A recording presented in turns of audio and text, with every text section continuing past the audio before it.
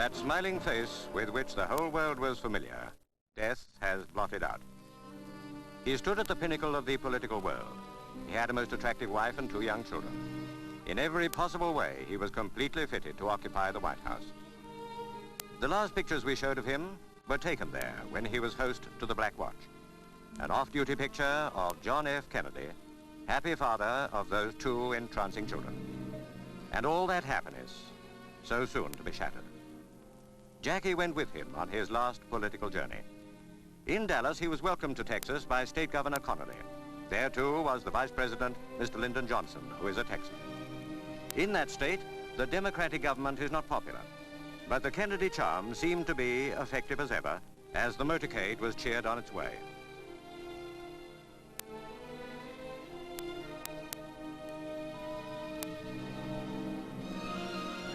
From a high window rings out the shot that changes American history. Confusion is indescribable. Both the President and Governor Connally are hit. While they are rushed to hospital, swarms of police and FBI men search for the assassin.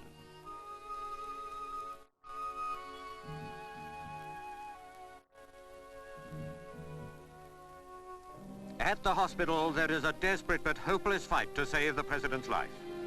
But that life ebbs out. The doctors afterward say there never was a chance. The flowers Mrs. Kennedy carried lie blood-stained in the car. Thousands in Dallas are weeping at the tragedy.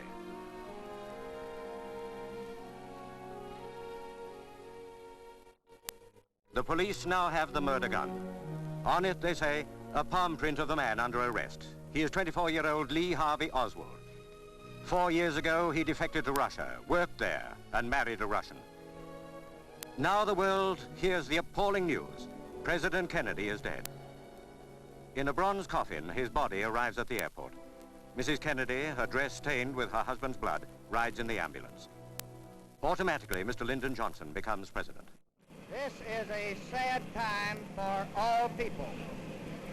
We have suffered a loss that cannot be weighed. For me, it is a deep personal tragedy. I know that the world shares the sorrow that Mrs. Kennedy and her family bear. I will do my best. That is all I can do. I ask for your help and God's. It is dark at the White House when the body of Mr. Kennedy is brought back, the saddest homecoming in presidential history. One of the most favored men is on earth no more.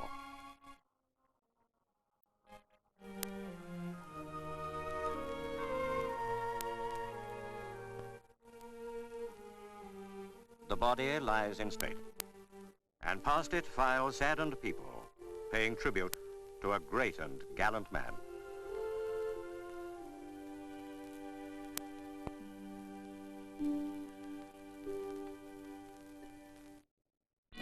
A Requiem Pontifical Mass was celebrated at St. Matthew's Roman Catholic Cathedral. And then, the coffin, draped with the United States flag, was placed on a gun carriage for the last journey of John F. Kennedy. Here, too, the brave, dignified bearing of the widow touched the hearts of all who watched. It was little John Kennedy's 3rd birthday.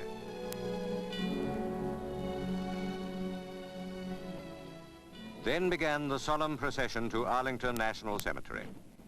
Never in the history of the American Republic had there been anything like this.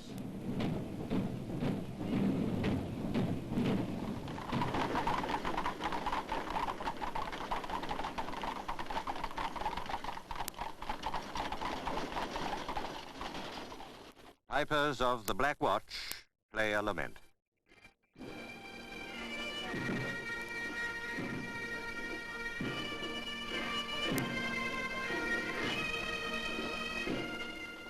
Heads of state and international organizations represented numbered more than 90.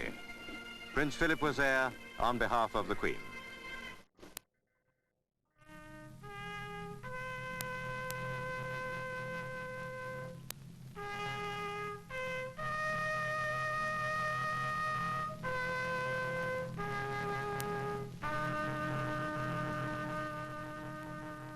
This was a heartfelt tribute by great nations to a young president who, in his brief term of office, was the brightest hope of the free world. Removed from the coffin, the flag was ceremoniously folded by the bearers.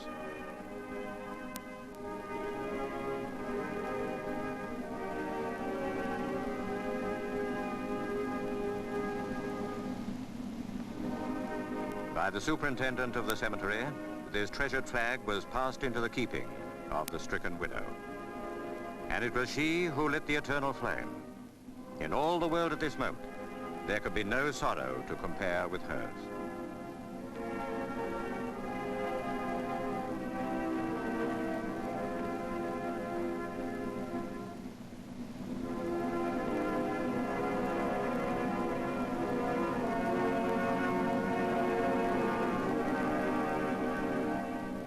By thousands, the last tribute was now paid.